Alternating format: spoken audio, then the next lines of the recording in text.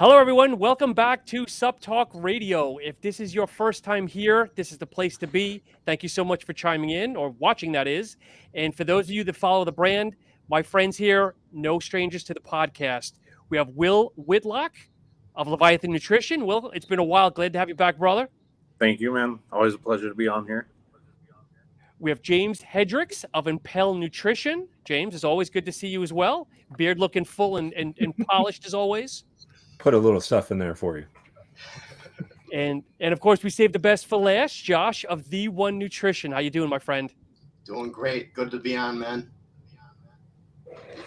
So where do we even start? We're already, I guess, halfway through the year here. Let's just talk bodybuilding for a minute here. I mean, who are we liking this year? What are we thinking for like early predictions for the Olympia right off the bat? Are we still on the Samson train, or what are we thinking? Eric Lunsford wins. Everybody go home. That's fine. I haven't seen much of him, but just his frame and everything is so impressive. Last year, it was close between him and Hadi, which Hadi I haven't seen much of recently. So I don't really know how he'll come in, but Derek puts on like even 5 pounds or something, like keeps his waist, keeps his general shape. It's going to be something incredible to see.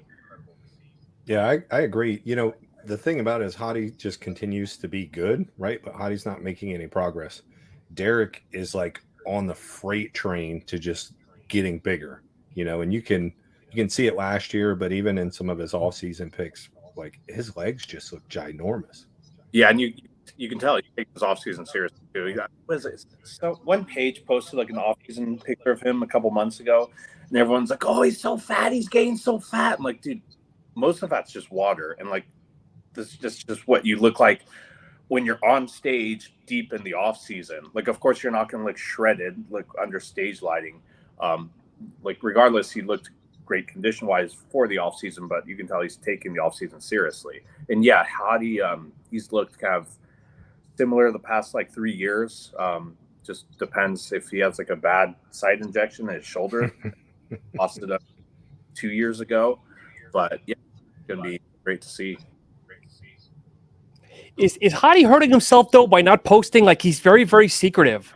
I mean, is it hurting him because he doesn't seem to be on Instagram, social media, keep it to himself? And I think that's where people are forgetting about him, that he could like show up and surprise everybody.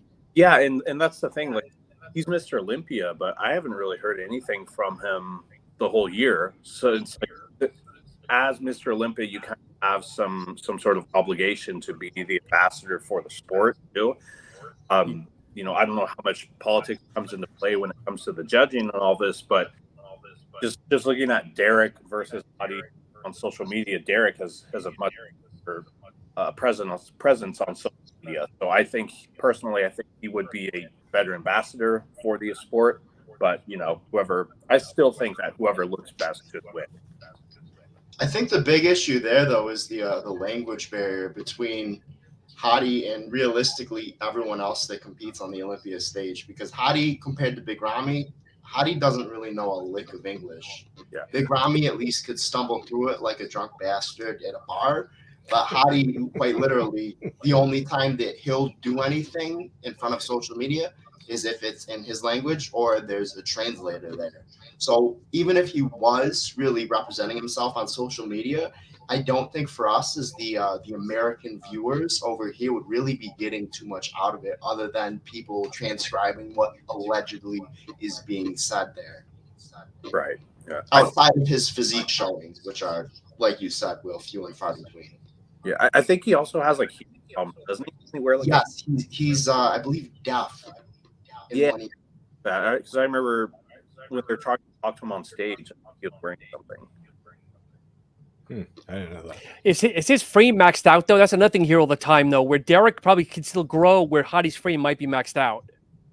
That's what I think. So I mean, and he, as an open bodybuilder, he looks pretty good. Like structure-wise, his waist is decently small, but when you compare him next to Derek, like it's night and day still. So yeah, I think Derek can still afford to grow a little bit and keep those proportions. Well, yeah, I think Hadi's at his limit, but I mean, could be wrong. Who knows? Yeah, I think it depends on if Hadi's at his limit of what he's willing to do. You know what I mean? Right. If he's taking this as, okay, hey, this is my year, I got to put everything in the gas tank and pull out all the stops. Maybe he can get a little bit bigger, but you can see that kind of density is already there. You just look at the Derek, just the way that he's built, the way his muscle looks, you can tell it's fresh. It's still primed to just get bigger. Hadi looks old and grainy, which is great, but that's just kind of a sign of, hey, maybe he's not going to explode and put on 10 pounds in a year. Yeah, it was on a podcast, and I don't remember which one it was, that they were saying, imagine if Derek just skipped 212 years ago and just jumped right to open, if he might be Mr. Olympia 2-3 times already. Like, probably possible. Considering the last few Olympias that we have, yeah, I think that it'd definitely be possible. I mean, if you're talking about the year that Sean Roden won, and he had the kind of growth that he had in the last year or two when he's pushed to the open, I think that makes a very good case. So nobody on the Samson train? There's a picture that's floating around now. It's like 330 with abs. No, Samson's great, but structurally, I just don't think that a perfect Derek and a perfect Samson, I don't think Samson takes that. I mean, he's a solid 2, and then everybody else is kind of light years behind, in my opinion. Yeah, So who do we watch out for this year? When you look at the whole landscape, not to win, but who's going to be like the dark horse this year to come and surprise everybody? If you had to pick, everybody pick somebody. I mean, Crizzo looked good, but I know Crizzo still needs work. Andrew Jack, we still don't know what he's going to look like yet. Yeah, he's another one. He's another good one. Is Justin Shear doing the Olympia? I was very impressed by him. I don't know. I would think he won, so I mean, I would think that he would move on to at least doing the Olympia. That he was. He's probably maybe not in the top 5, but I think in the year he'll be someone to look out for. Really good front double bicep and just great structure. I think maybe Labrada. What's his first name? I'm terrible. Hunter. There we go, Hunter. Would you like to say your nickname, James? The water buffalo. That's true. Yeah, we'll see how he comes in. But I don't know. Some pictures he's been looking pretty good. So I'm hoping that he redeems himself from last year. I don't know if it's good enough top 3 or something, but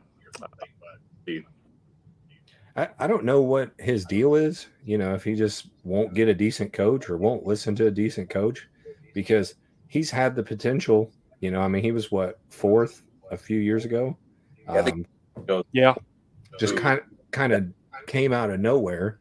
And I was there in person, and you could see that he was still watery at that, and he was pushing out a lot of water. That should have been the indicator, like, hey, we need to change something for next year. And then he come back just worse. Yeah. So, hopefully he's pulled his head out of his ass. I think that he's got, great genetics. He's a huge, huge dude. I mean, you put him next to some of these other guys, you don't realize it until they stand out. I mean, he's just that much wider, that much more dense, and he still has a kind of small waist. But who does he? So is he almost? Let's just say he comes in well, because everybody, we're all armchair quarterback in this. That he's going to be better because he's eating this year, where 90% of his meals were liquid last year, is what they say. But who does he measure up against? Because he's too small to be like an Andrew or a Samson, too tall in stature to go against a Derek and a Hadi. Nick would be the closest, but even then, there's 2 or 3 inches discrepancy. Yeah. I don't. I want to see him compared to Nick again, because they're kind of close. They're both pretty young, I believe. That'll be interesting to see. But yeah, I'm curious to see who can edge out who. I think Nick has been looking decent from what I've seen from him this past offseason. He's really focused on bringing his waist down a little bit. I think he's still put on some size, so it'll be interesting to see how well he does. I think was he 3rd last year? I don't know. Yeah, he was 3rd last year, 2nd at the Arnold. Okay, Yeah, I'm not sure if he'll be able to do that this year. You know, if Andrew Jack competes, Samson also, I'm not sure if he can beat those guys, but it'll be interesting to see. Yeah, he should theoretically beat Andrew. Yeah. Okay. You know, but Andrew always comes in shape. You can look at him right now. I mean, he's solid. He's been solid for a few weeks, so I doubt that he comes off. So it just depends on how they stand up next to each other, the Texas Pro. You know, and if Hunter wins the Tampa, does he still do the Texas Pro just to stand next to Andrew and kind of rebuild his height for the O? I think that becomes the question. Josh, you were going to say something a minute ago. I don't know if we derailed you or not. Yeah, no, I was just gonna make a comment on Nick. I think he's always going to be one of those guys that'll be like within the top 5, but I don't think he's ever going to be like coming back into that 1 or 2 spot again. At least while we have like Derek and Samson competing. Yeah, I'd agree with that. So, James, if you were Hunter, though, okay, because Tampa's first and Texas is second, and it sounds like for both shows it could potentially be the same lineup of Hunter, Andrew, not Carlos, the gentleman everyone's talking about that just guest posted this last weekend, Carlos Thomas Jr., possibly Stanimal. But let's just say, for shits and giggles, that Hunter wins Tampa.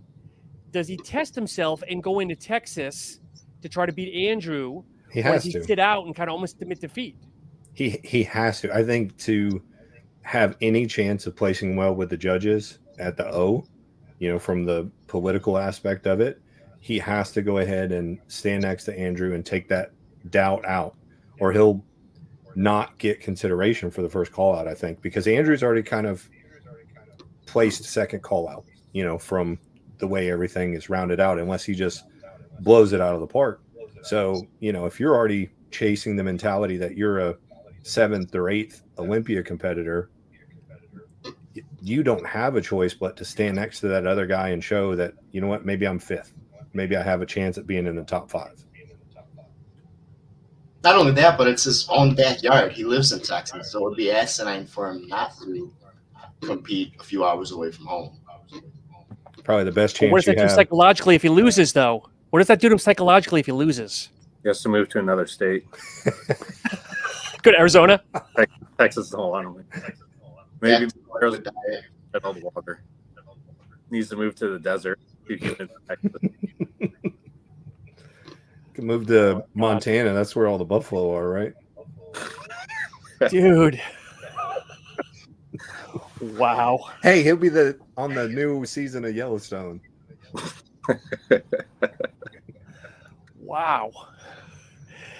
So, Will, what's up with you lately, brother? Because you're growing like crazy. I'm gonna go ahead and put you over the top here. You've like made an enormous like change. I'm not saying it because we're friends, but like I know you had leg issues last year, the year before, but your legs are like coming in big time. You're looking like $1 million, dude. Obviously off season, but what's next for you, man? Thanks, man. So I've been working with Austin. We've been working together a full 2 years now. Last off season was pretty good. I think I brought up my arms and my upper body in general a decent amount. I think one thing that kind of helped with that was we reduced my leg training because I was still, you know, kind of rehabbing and stuff. Because I was, for the longest time, I was still hitting legs twice a week, like legs as in like quads, hamstrings, and glutes. So we dropped that down to once a week, and I was doing my split was like push, pull, legs, and then a separate arm day. So arms are getting hit twice a week. So I think that, you know, that frequency plus only hitting legs once a week helped grow my arms. I was doing a lot of higher reps with arms, like, because, you know, for the most part, I would always train in like 6 to 12 rep range or something. But now I do a lot of like 12 to 20 reps for arms, like supersets, you know, drop sets, things like that. So I think that's been helping. We stopped dieting. I dieted for about 3 months, and because last time I was dieting, it took about 5 months, and it was a lot slower. I don't know. My body just responded a lot better to a caloric deficit this time around. So I lost body fat better, looked a lot better. But my legs always shrink down a lot when I'm in a deficit. So, I've like we're on the third week of back to off season now. My legs have almost doubled in size or something. So I don't know how that's going to work like on stage, because my legs have always looked terrible on stage. They might just be flat like on stage regardless, because I don't know. Well, that's Austin's job, right? Do you think that you guys over diet and that just eats No, your legs up? I don't. It's fucking weird, dude. My legs got really small, like maybe halfway into this diet. I just noticed like they shrunk a lot, and like we weren't even very low in calories or carbs. We didn't really even get like super low. I was still at 400 grams of carbs on training day, like 200 on off days or something like that. So it wasn't super low, and that was at the very end of my time. So it's just, I don't know. I take a long time to fill out in general, so it's tricky to find that balance between whenever I do get shredded, trying to feel good enough that, especially my legs, that they'll look good on stage. At least my upper body, even whenever I was dieted, still looked full. I guess that's the more important part. I don't know. We'll see. But I'm very excited for this off season. And yeah, compete wise, I don't plan to compete until at least one or two more like solid, depending on how we look. Maybe like end of 2024 or something. Is what I'm thinking. I just want to give myself time. And whenever I compete, like I would win overall. I'd be competing down here in Vegas, which Vegas has pretty competitive.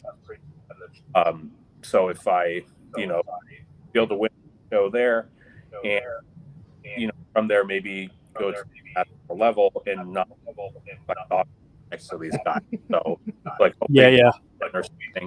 Because I know Austin, he did some national show last year, and he got like 7th or 8th, and his physique looks a lot better than mine. So like it just shows you that level is. So that's just what I'm planning to do. Yeah, I really respect because that. it's funny. There's a lot of guys that see go, oh man, I got the overall at regional show XYZ. We're going to nationals, baby. Road to the pro. And they get up there and get 27th. Yeah, and it totally depends like who you compete against to win. Like say you won a regional show and like you going to class. So that's another thing. Yeah, I was fortunate enough that the one guy that I got to really stand next to, I mean, he's a national competitor. He's been to nationals a couple of times and got, I think top 5 in his class. So I actually had a decent person to stand next to. So I didn't feel bad getting second. You know what I mean? Yeah, that's a place top 5 at national. Josh, you're always lean. Do you even have an off season, brother? Yeah, this is my off season, dude. What are you, about 3 pounds over your competition weight? Yeah, he ate a Skittle today. It's 10. I think 10 is the right number. My metabolism is honestly shot. So like I'll go up 20 pounds, 30 pounds over stage weight, just going like to 2,500 calories.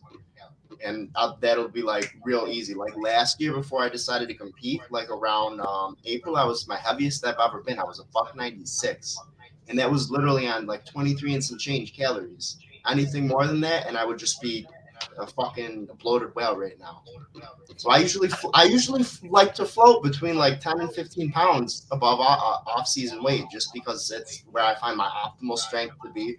I seem to make enough progress in the gym when I'm training, and then I'm also not doing like 70 minutes of straight on sprinting on the treadmill to cut down to like the 150, 160 range to compete.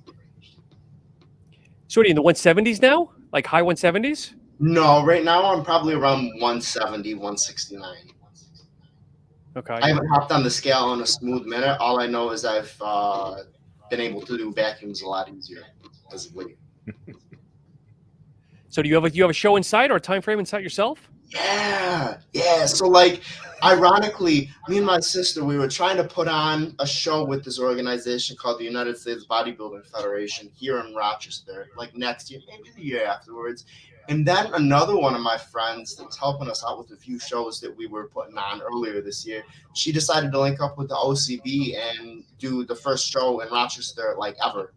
So the first OCB show in Rochester ever. So there's like, Rochester, New York is really big with OCB in terms of like you go to all the gyms and like there's probably 100, 150 cats that'll compete, year round in various OCB shows. And so next year, June, it's going to be the first year that it's here. And that's, I got myself, one of my athletes with One Nutrition, actually maybe two of them.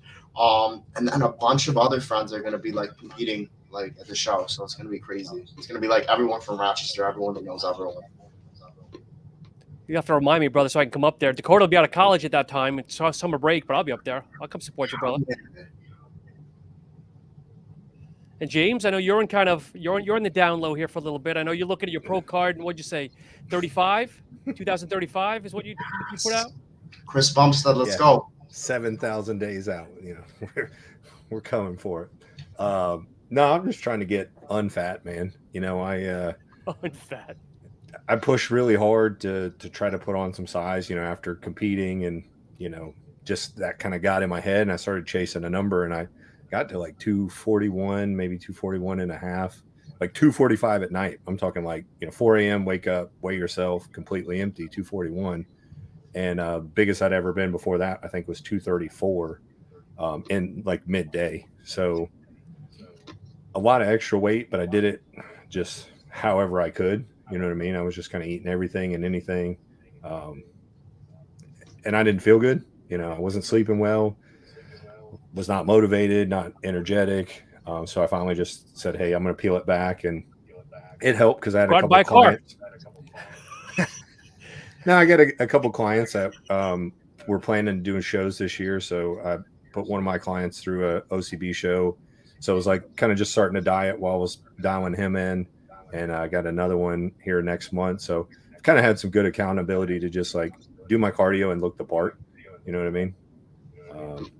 Was it? No, I can't remember because I see so many. Do you have a female that has like tattoos on her leg that just did a big transformation? Yeah. So I've coached her for, I guess, 2 years now, just kind of fitness lifestyle. And she got the competitive bug. She never posed or anything like that until she decided, hey, we're going to do a show. And we would actually pick the OCB show because she's completely natural. And that, the more we dieted and, we pulled her off of THC so that she could, pass the drug screen and everything like really, really early. And we saw a huge transformation. I told her, I was like, I think we just need to do an NPC show because I think you'll be competitive. And what is she thinking? What division? Bikini, most likely. But I was talking to her today because we're still having a hard time getting kind of that booty fat to come off. So, regional class wellness, she may do okay in this area. So we may cross over to wellness just for some extra stage time. But yeah, I mean, she's looking really sharp. And actually, she sent me a video today of her changing sides because she's got a big tattoo on one of her legs.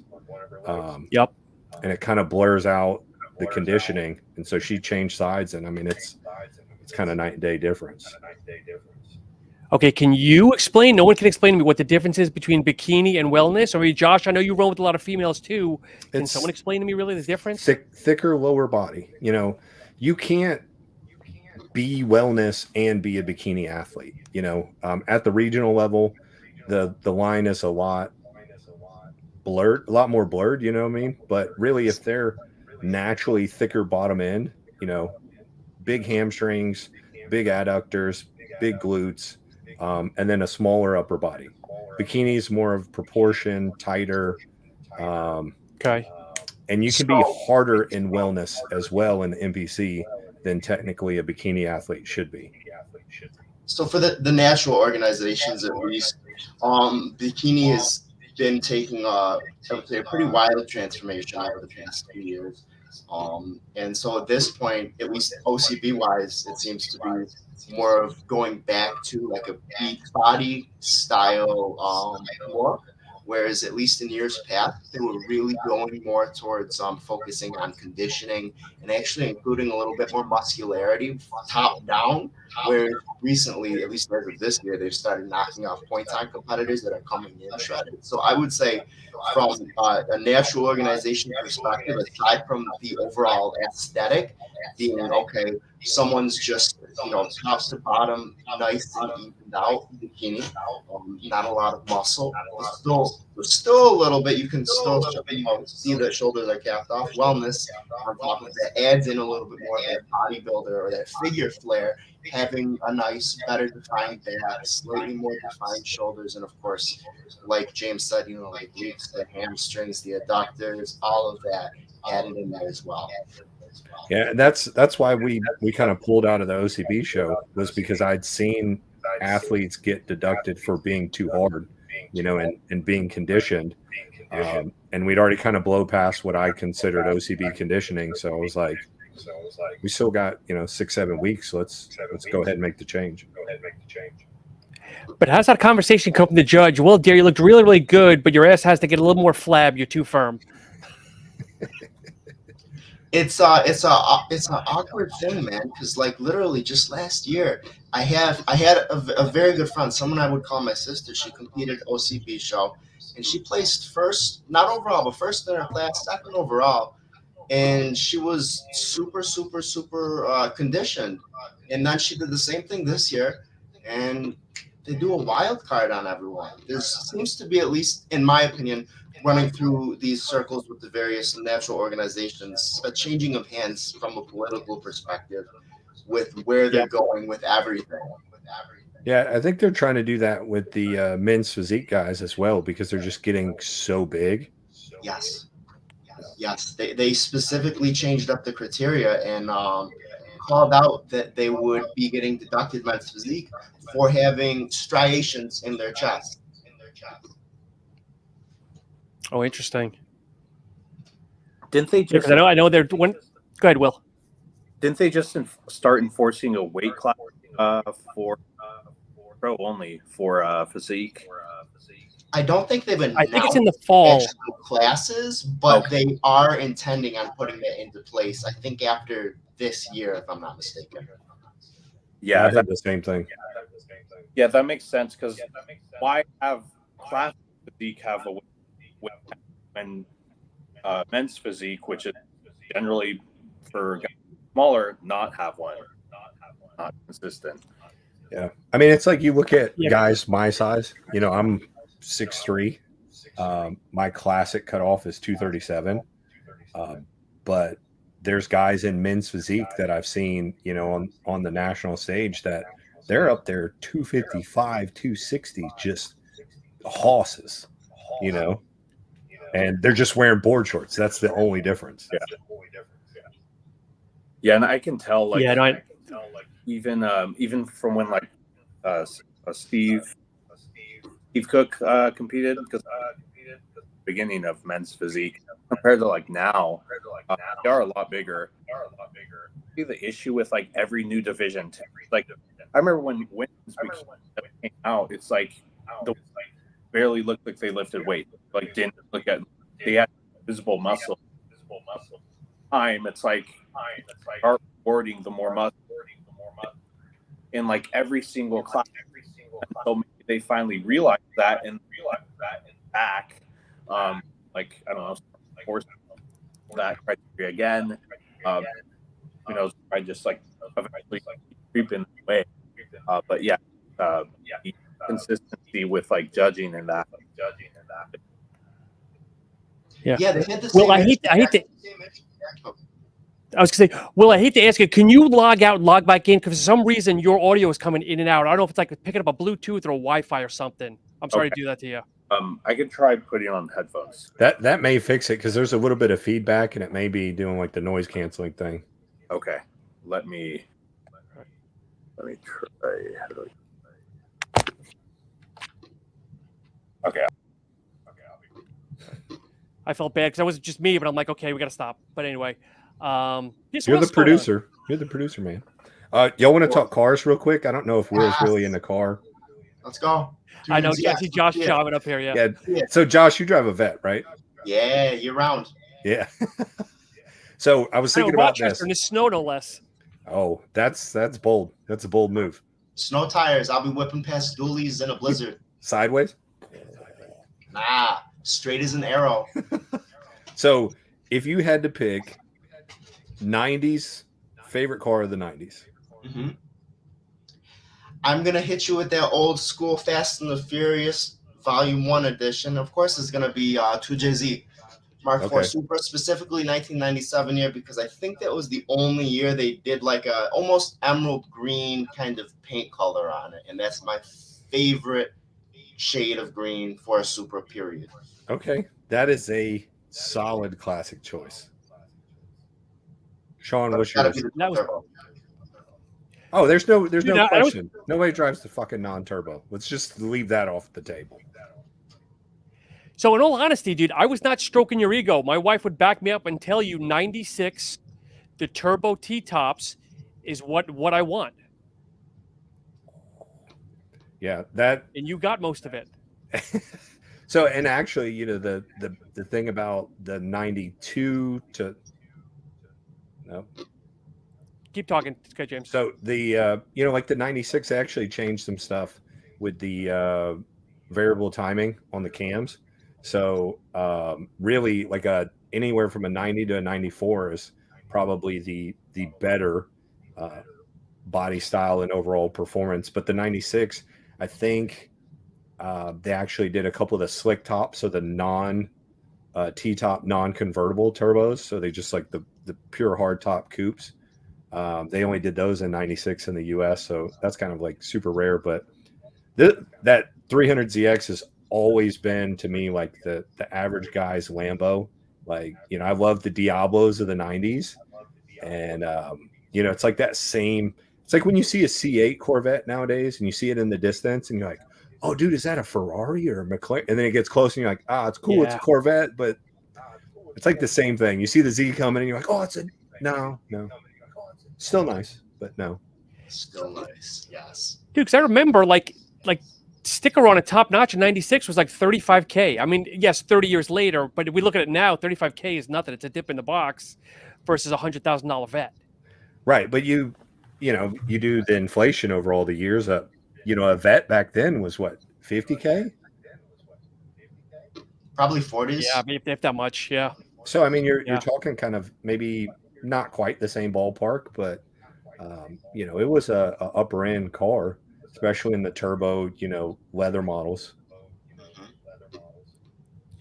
And then my son, who Josh has met, he wants a European WRX with the steering wheel on the opposite side. Is there like a? I don't know. Why? I can't hear you, Will. Is there a physical difference, like in the engine or performance wise, or he just wants to be on the wrong side? He just wants to be on the wrong side. I think he wants to get it and tune it up and all this other baloney. I don't know. When I'm younger, I was a car guy, but now I'm like, I want a new Bronco. I want a two-door Bronco. That's my dream car right now. Those are nice. With 37s. Dude, have you seen the crash test on those new Broncos? They fold up like a soda can. No. There's literally a video of this like semi-truck just crashing into the back of all these new SUVs. And the Bronco is like this big when the whole thing's done. It is scary. Jeez, because my wife just got an Explorer, so I was sitting in the Broncos, and I was like, nice car. Maybe in 2 more years, I got to use one. We'll see. I don't know, but how many horsepower is yours, brother? I mean, what is it? What does a non-turbo do nowadays? Well, mine's the twin turbo. It's not a non-turbo. What's a dyno? Oh, okay. All right. This one hasn't been on the dyno yet, so I plan on putting it on the dyno later this year. But can you hear me? Yeah. Hey, Will. Welcome back. Okay. We got you, Will. Well, I try with the headphones, and I don't know why they're not working for some reason. So if it gives feedback again, I'll try some. You're not cutting out this time, so that's a huge plus. Okay. Yeah, you're good. Yeah, we were just talking cars, Will. Are you a car guy? Okay. Sort of. I used to have a WRX that I work on.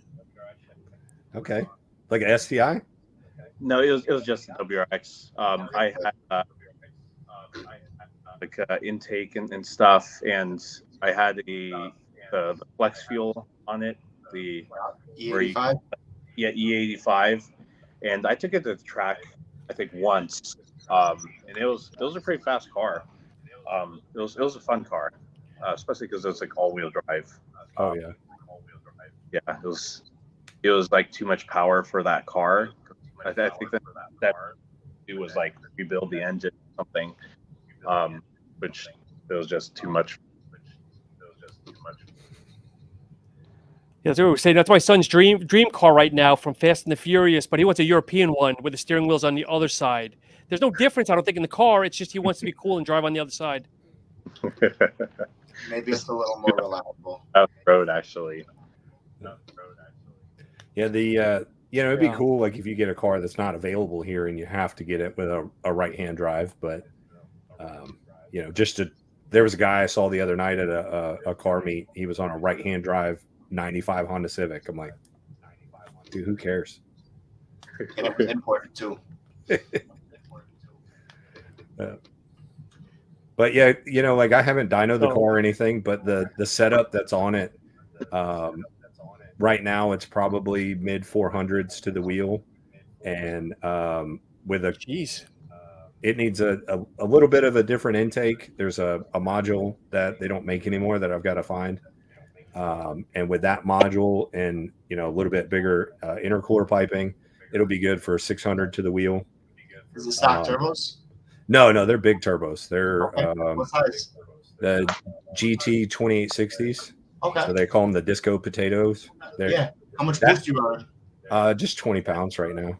Okay. So stock internals? Yeah. The stock internals are good to 600. If we do like an E85, the turbo and all the other setups on E85, if the bottom end holds, we can go to 750, 800 to the wheel. Which I don't know that we want to go that crazy, but we'll see what happens. I want to at least get in the 500. Bill, have you seen his new toy? Have you seen his new toy that we're talking about? His 300CX? Yeah. Do those cars come like fast stock or? Yeah, they're 300 horse from the factory, twin turbo, 3-liter V6. Okay. Is it a rear wheel drive? Mm-hmm. Nice. Yeah, it's fun. See, I thought that was Logan's new car. Oh hell no, man! Logan's his son. Because I know his son just got his license or his permit, and I know it's been working. And I'm like, oh, look at that lucky kid. And I told my son, I'm like, look, my friend's son got. And he's like, oh my god. No, and I see him toting around. I'm like, yeah. He got a 07 Honda Pilot.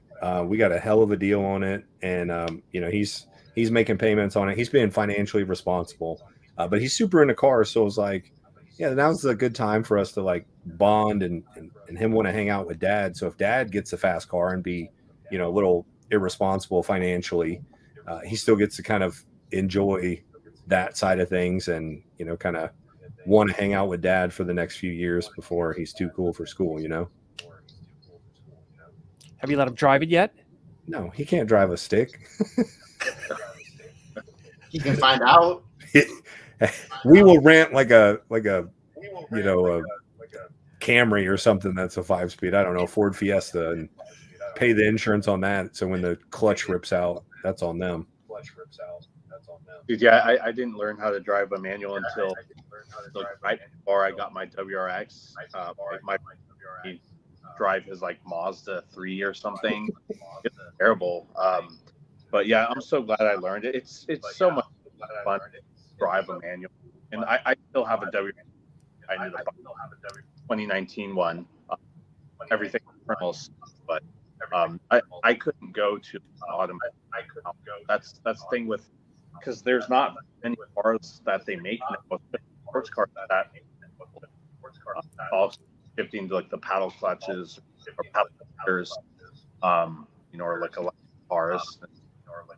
There's no point in doing those. You just go like this. It's like no control over the car. It feels so weird. Will, you're chiming out again. I feel terrible, brother. You're like coming in and out again. Shit.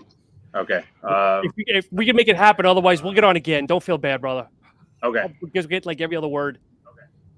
Right. Let me try see what's going on. I feel terrible. The producer's got to keep the quality up. You know, you got to be the hard ass.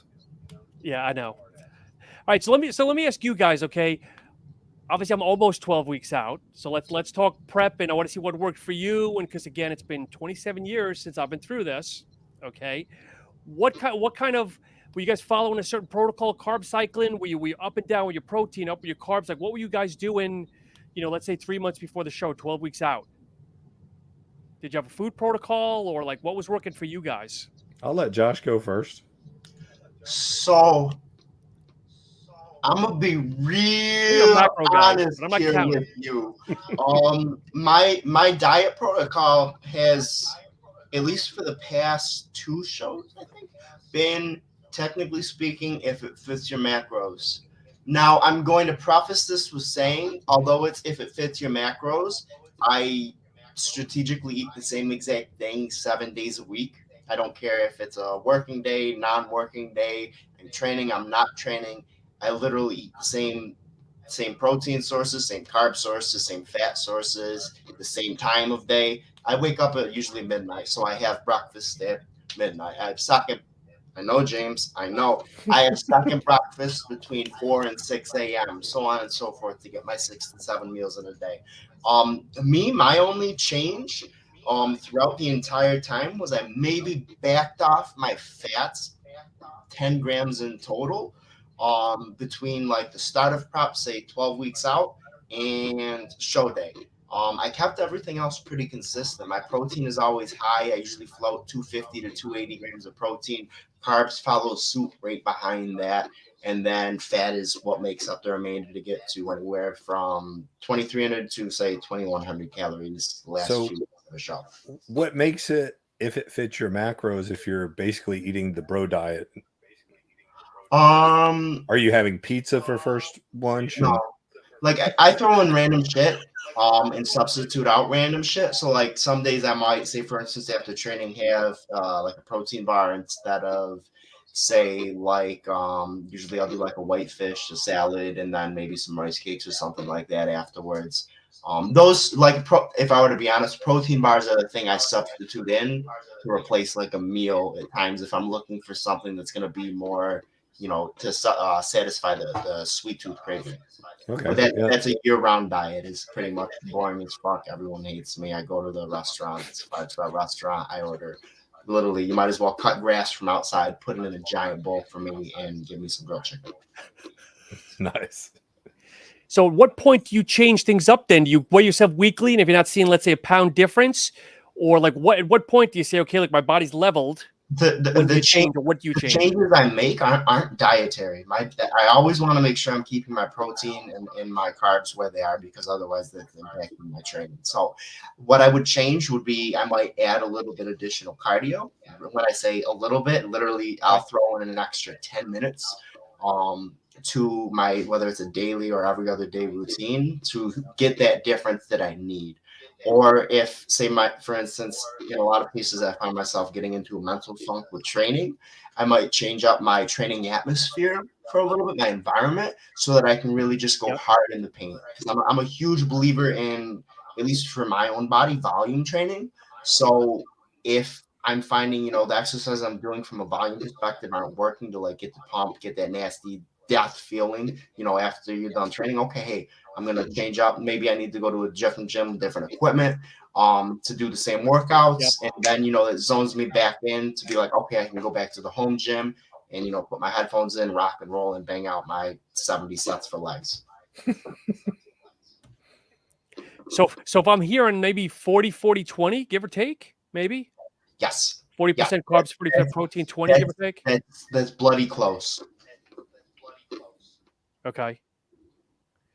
So are you getting your fats from food, or are you supplementing like a fish oil or an omega-3 or anything, or are you just doing straight from food? My fats typically come either from a very small percentage, let's say 25-30% come from the actual food itself.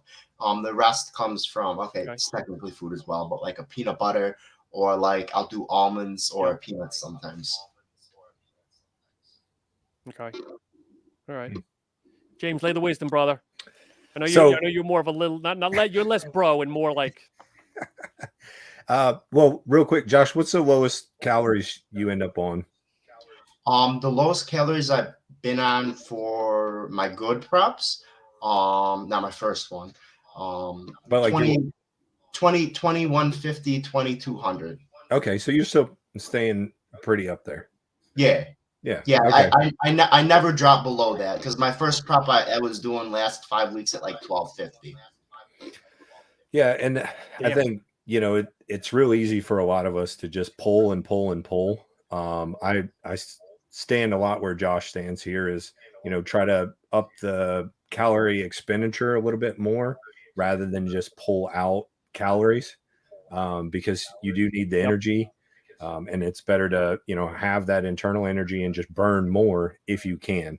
So I try to take it kind of week by week, maybe not necessarily the scale, but I do like to get a weekly weight, on me or my clients, just so that I can kind of see, are we trending in the right direction? I'm not looking for a pound a week or a half pound a week, anything like that, unless we were, chasing a weight cap for some reason. But really looking at, how the body's changing. Is it changing fast enough for where we're at? I'm very much on the, I would say the bro diet this is the diet. This is what you eat. So, I try to give them some time to adjust to that. But let's say by 10 weeks out, we're going to be eating exactly what I say, with the sauces that I say, that way there's less variables, right? Yeah. Because you really start to get to the point where if you're consistently eating the same food over and over and over, and I give you 10 minutes more of cardio, I can tell the difference, right? But if your food's all over the place, then is that 10 minutes of cardio working, or now you got 30 minutes of cardio? And I see this happen a lot with coaches, especially with females. They're doing 45 minutes on the stairs. Jess, she's 3 weeks out, and I think she may have 30 minutes on the stairs. And she's still eating 1,600 calories right now. And she's 128 pounds, 127 pounds right now. So she's not a big girl, but she's still eating quite a bit. And I really try to just kind of keep with females a little bit higher fats than I do for guys, because estrogen and progesterone, those are kind of fat bound hormones. And you see that a lot with these girls that diet too much. They start losing their cycle, getting less feminine. Yeah. And then it takes so long for it to kind of come back out of that, even if they're not on any anabolics or androgenics at all. Just their body starts to become more masculine because they have, less estrogen. So we talked about it a lot before we started the process, is that the fats are the most important thing. Let's get our protein. Let's make sure we're eating our fats. And if you have to not eat some of the food, because when we're eating whole, foods like, let's say sweet potatoes, rice, chicken, 1,600 calories can be a lot of food, especially for a little person. Yeah. So, I'm like, prioritize protein, and then our fats, keep our hormones in line. And then we put the carbs in. And so, there for a little while, she was her calories because she's like, I can't eat this many fats. And I'm like, I don't care. Like, I want these fats to be here. That way we can mitigate whatever issues happen with stress and female hormones towards the end. But really, high protein, 40-45% protein, maybe even creeping higher than that as we get closer to the last few weeks. And then start pulling some carbs and fats, just depending on where we're at, because I don't want to go too low on the carbs, because most of the time it takes so much longer to fill back up, right? Yeah. It's better to be ready early and be able to ramp in, a week or two with the carbs, rather than try to cram it all into Thursday, Friday, and then it's a crapshoot on what happens with cortisol, water, and sodium. What worked for you for your last show? Were you almost like Josh, like a 40-40 almost, or what were you kind of practicing yourself? I mean, I went in eating 3,000 calories. I mean, it was too much food. I didn't like it. Yeah. But I mean, that's what I needed at that point. For myself, I typically over diet, so I couldn't tell you what the percentages were. Not right now. I can go back and look at my diet and send it to you. But I was in the mode of, I'm the soldier, right? I don't need to think about, well, is my coach giving me the right percentages? It's like, it's working. I'm giving it to this guy. And I'm just gonna put my head down and get the most out of my training. The big thing that I noticed from mine is, let's say 3 weeks out, going to a more functional workout. 100% stole this from my coach, but it's worked great for me. And, I've started using it for myself and other people, but like sprinting, sled pushes, real big explosive movements to engage those muscles, but maybe not get as much volume, right? So we're getting our heart rate up, we're being explosive, and getting those fast twitch muscle fibers active rather than just beating them to hell on the stairs, right? And you have the ability to kind of go catabolic and kind of eat some of that muscle. Yeah. Okay. So what are both your thoughts? Because Will brought up earlier about his legs. What are your thoughts on training legging body parts twice a week? And if you do you do a high and a low? Or, and Josh, I'll ask you, I don't know if you have any lagging body parts, and he's twice a week. Greek statue. He doesn't have any lagging body parts. So everything is. You always talk about one with the arms out.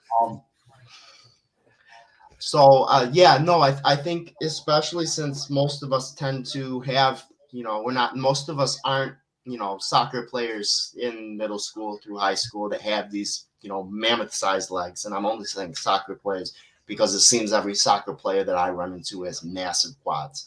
Most of us, that's our biggest weakness tends to be our legs. And I think, with that being said, training with more frequency gives you more opportunity for growth. So the training legs twice a week, I think, is, at least for me, that's something I've been doing now for past year and a half, 2 years. And it's the only reason I decided to move up from doing men's physique board shorts to, hey, I do classic physique now because I have legs that can put me into that class safely.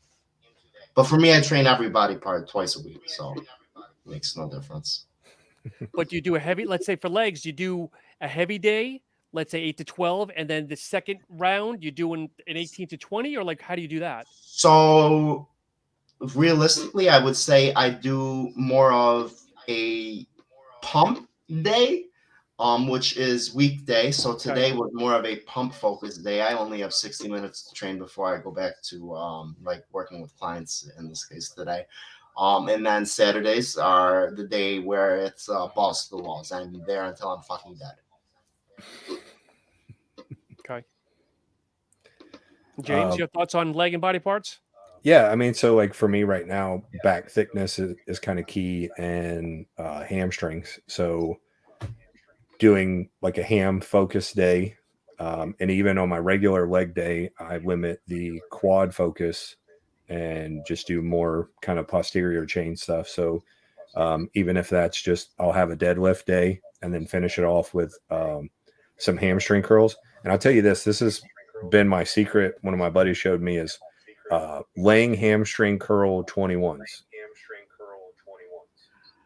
Okay. So you always do 21s for the arms, right? Well, you do that with the hamstring machine, and I mean it is a whole different level of pump, because that is kind of like a bicep on your leg. And when we were thinking about it, I was like, man, that's genius. I don't know why I didn't think of that. But that's what I need. I've got pretty decent quads, at least from the front, Okay. So I really want that droop from the side. So I focus on doing things that way. And then I may do just, if I can squeeze in some hamstrings or calves on any other day, I'll just do that, get like a quick pump in. Okay. But I did want to say, class. I did want to say, Right. you said a heavy day. 10 plus. No, like a heavy day should be like 6 to 8. Like, Okay. you know, really pushing it to the limit. So, you know, if you can get 10 and that's your heavy day, you need to go up. Yeah. Okay. So, I mean, you should be It's probably Charles Glass shooting at all? for 8. And then if you fail at 6 or 7, you know, then that's a successful set.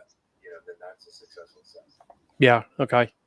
Because I saw Charles Glass on YouTube on laying leg on when you lying leg curls. He has you almost push up, so you're not bent over. You're almost doing a push up on the pad, so that you're almost at a plank, and you put more stress on the hamstrings than without it. Try it next time if I'm explaining it right. I'll send you the video. I think I know what you're talking about, because what we have, like one of the standing ham curls, right? And it's kind of tilted forward where people like really lean into it. But if you kind of stand up and then you allow that quad to sit in the right place, it kind of does the same thing where you're more vertical and then you're just curling right there from the knee rather than having the hip hinged and then allowing that whole hamstring to elongate a little bit more. Yep. Also with lying too. I should have said lying, like actual lying hamstring to push off on the pad when you're lying down on it. Yeah. Okay. So anything else, guys, and wrapping up here? Let's be. I feel like I'm a quick hour here. So when is your show? Anything? And where is it? My show is like October 28th up here in Lynn, Massachusetts. Okay. So you're going to go as Lou Ferrigno for Halloween? Well, like a Frank Zane, Lou Ferrigno. You're going to have to put a wig on. I told Josh and I talk. I'm not playing the size game, okay? Because my legs have always been bad, and then torn hamstrings throughout the years. I'm just going to get shredded. I mean, I'm not going to, because this is an open class. I'm probably going to do over 40, over 50. And Team Dick Skin. So I can be stepping on stage. Team Dick Skin, yes. Yeah. Yes. TDS. TDS. I have some shirts made up. Yeah, I'll wear that shirt. Yeah, you should definitely do over 50, because if you're in condition over 50, I mean, that's generally the way to win that class. You don't have to have a bunch of muscle. But the funny thing is, like this show, I've trended this show the last 5 years. Like looking back, there's less, it's going to sound weird, less competitors in the 40, more competitors in the 50. Yep. So obviously I want to do both, where I can say, okay, listen, hopefully I get a second or a third place maybe in the 40. And if I get 6 out of 6 in the 50, at least I can, average it out. 4th place, top 5, baby. Gotta love that. Yeah, I took second place in a 2-person show. I got second in the overall. It's a stacked show. It's always a stacked show. Yeah. So, but I'm excited though. We'll see. I mean, I started doing more static posing now after every, spending 10, 15 minutes just static posing, holding the poses and everything.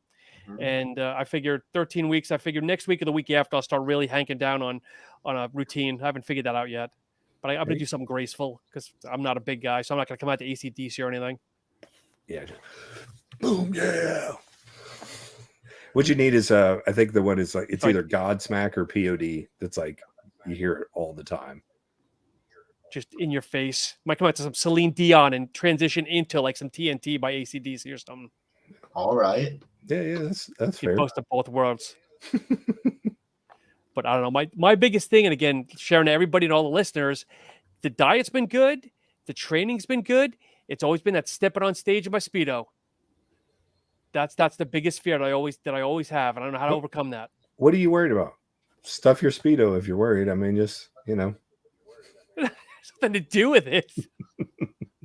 So I mean, what the whole sport is ridiculous, right?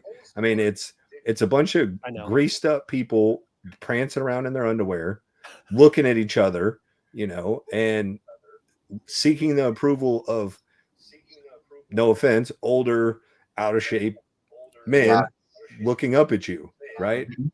Because in their day they were better than you. Allegedly. And listen, I got a lot of judge friends, and a lot of them were great in their day. They're awesome people. But I mean, when you just step back by a majority, right? this is what it is. I mean, and you just either love it or you hate it. And I don't think anybody really likes being in their underwear and prancing around up there, but it's part of the process, man. And you'll be proud of what you do. You know, just get up there and nobody's going to remember if you stumbled or if you did this or that. Make sure you look the part, be confident, and enjoy it up there, man, because you kill yourself for, 15 weeks, 20 weeks, whatever it is. Don't give a shit what anybody else says. For 60 seconds. It's like dating. For a 60-second routine. Yeah. No, I hear you. And so I'm gonna age myself here. When did self tanning go out of style? When did the spray-ons actually come into style? I don't know. It's been mid-2000s. One of my friends been doing them for now, about 13 years actually. She's been doing shows. I think the access to the equipment, you talk about the internet and having the ability to buy these airbrush systems. Maybe that was a big part of it. There's still some old school guys that I know that tan their clients. And to me, it's hit or miss. I think just the spray tan stuff, it's better. You have them there. They can touch you up. And generally speaking, if you prepped yourself right, you look better. Yeah. The week of the show, do you guys do any water manipulation, or do you guys touch anything? Like if you look good the Saturday before, just cruise on in. You guys do any games or anything? Yeah. I mean, I try to pull things using just like my favorite thing is just dandelion root. It's a natural diuretic. And it's consistent. I mean, listen, you could do a plethora of the loop diuretics, potassium sparing diuretics.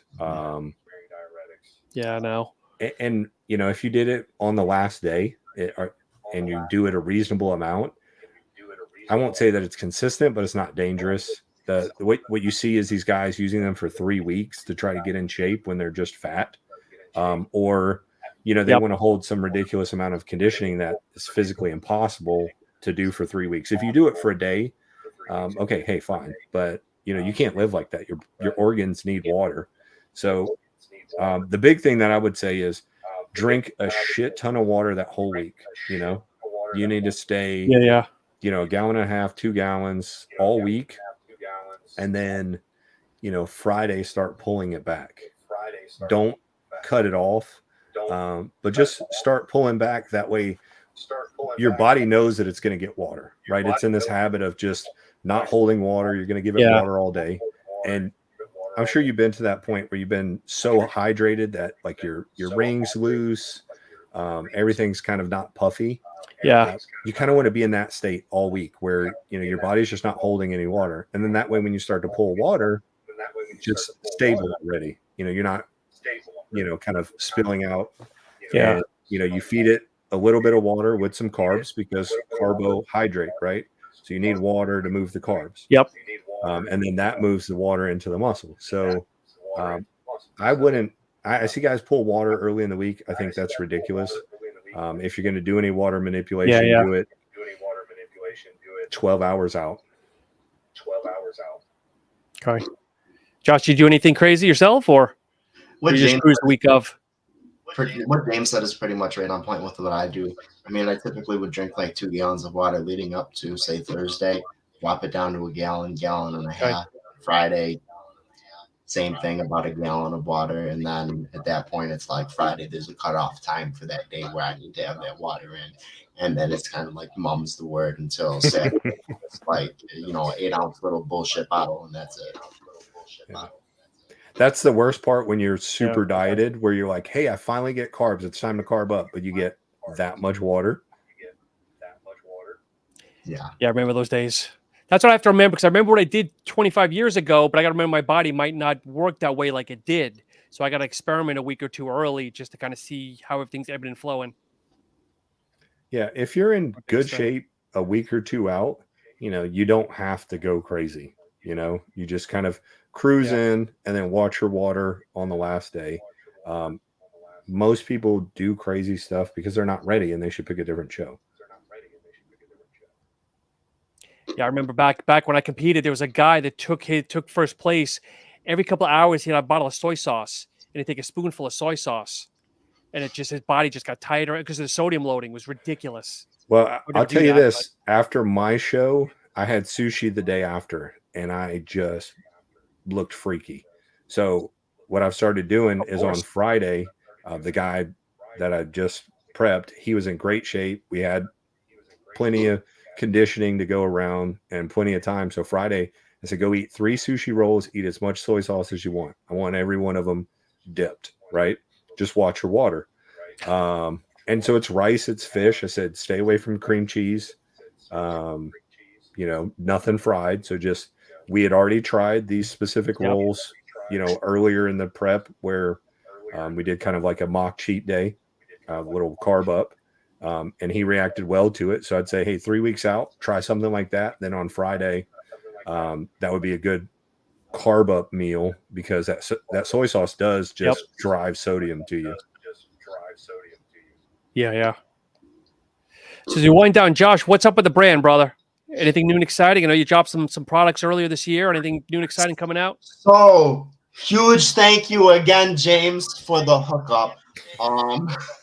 It's been really different this year for the One Nutrition since finally I'm not having to email, text, call, email, text, call the 1-800 number, call the boss, email the boss, email the website to get a hold of someone to get an answer on what I've put tens of thousands of dollars out for.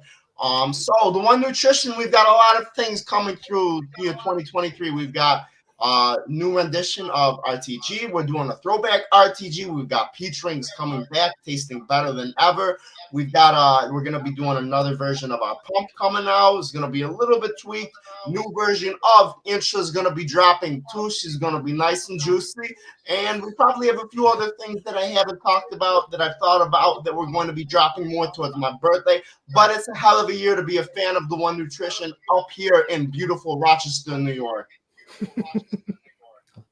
And you get a bottle, and you get a bottle, and you get a bottle. I love that energy. Dude, seriously, he said, you ever notice that? Like every podcast, he's like, yep. And all of a sudden, he's like, oh, Arold cool. kicks in or something. Cars, bodybuilding. My company? What's up? Is it sales time? No, I love it. And Josh, man, I'm glad that connection really worked out for you. You know, that's I think one of the biggest things that I've been able to add value to the industry is, you know, I meet a lot of these people in person because of the way that we do things, and I've made a lot of great relationships, and I don't shy away from sharing those. I've introduced a lot of people. I wish I was a broker for some of these deals because you know, I could probably retire and just live off of that. But you know, I do it just because I hate seeing people put out products that I would be concerned about. You know, when I hear about who they're using and what kind of customer service they have, and you know, whether or not I've been to their facility, but you know, you get in this industry and you hear who these people are and how they've treated other people that you know. So I just try to get good people together with other good people. You know, and I think in the end that's what'll help all of us succeed, because rising tide brings up all ships. So I'm not necessarily worried about, you know, just does Impel Nutrition make sales? If customers are getting better products from everybody, then they're going to start looking at why all these products are so good, because they're made at certain facilities because people do certain things.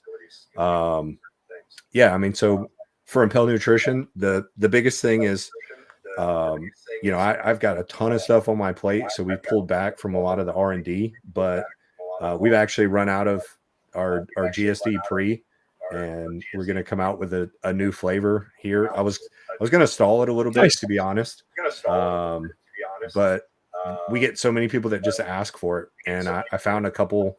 We've got a gym kiosk here, and I checked the stock the other day, and there was like a case left. So I went over there and picked it up, and I mean, I basically had it sold by the time I got back. So it's a great daily driver for people that don't know about it. It's a great daily driver. Yeah, and the cool thing for everybody that's into that kind of stuff is we're going to be able to adjust some of the price points. We've pulled out of our wholesale distributors and just doing D2C now, just because it takes so much to manage. It does so much to the bottom line, and it was there to drive the volume. And right now we got to focus on profitability because, just volume to create work that's not generating money was starting to kind of just be a drag on, overall energy load that it takes to do it. The other thing is, I don't know if you saw that, I picked up some manufacturing equipment this year. I got a hell of a deal from somebody, really solid equipment. So part of what I'm going to do is I want to show everybody the procedures behind the manufacturing. So the documents that it takes, understanding FDA CFR 111, kind of what the restrictions and rules are that we should be following, and kind of make your own subs the right way.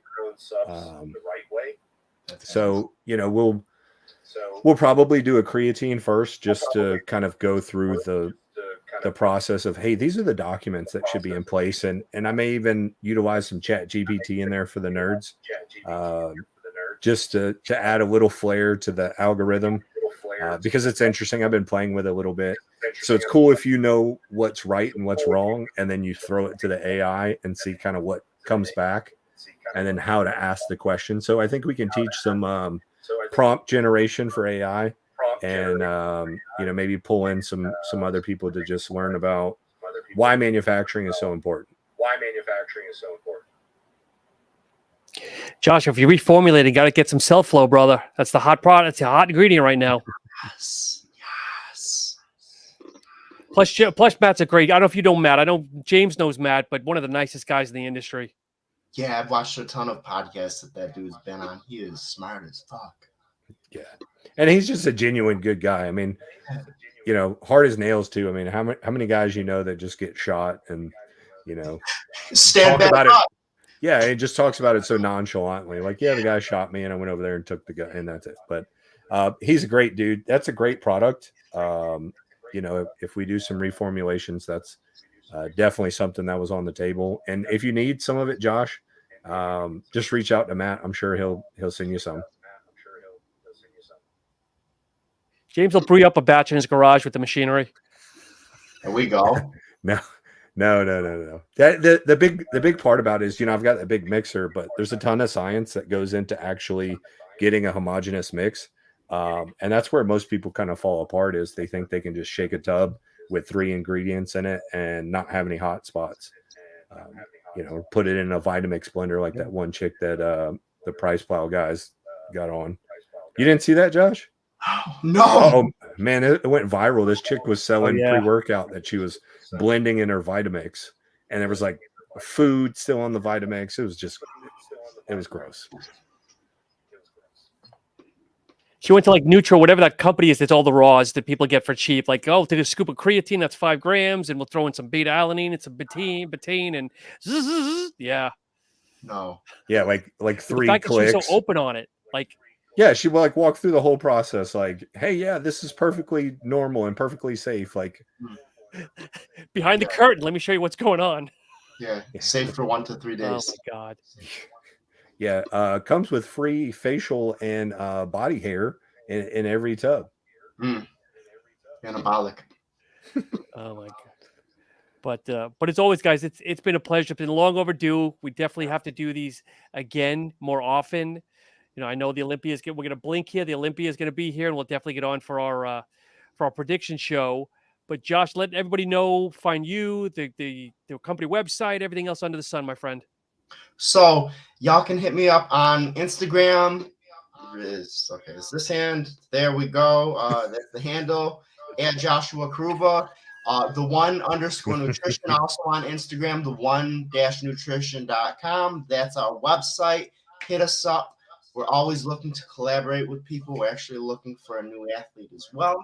On that note, though, thank you so much, Sean. Thank you so much, James.